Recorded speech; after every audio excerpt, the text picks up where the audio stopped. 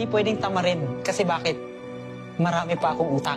Hindi pwedeng tamarin kasi bakit? Mahirap pa kami. Hindi pwedeng tamarin kasi bakit? Hindi ko pa nakukuha yung pangarap ko. Para sa sarili ko, para sa pamilya ko. Hindi pwedeng tamarin. Hindi pwedeng sukuan. Bakit? Kasi kahit papano, si mama, si papa, naapa sa uma. Hindi pwedeng tamarin. It is because kahit papano, yung bawat pangarap na meron kayo, hindi nyo pa nakukuha. So kung hindi nyo man kayang gawin para sa sarili nyo, please, gawin nyo para sa mga parents ninyo. Klaro tayo? Yes. Kung umiiyak man kayo ngayon, please, dalhin nyo yan. Hindi yan kahinaan. Yung luha na meron kayo, hindi yan sayang.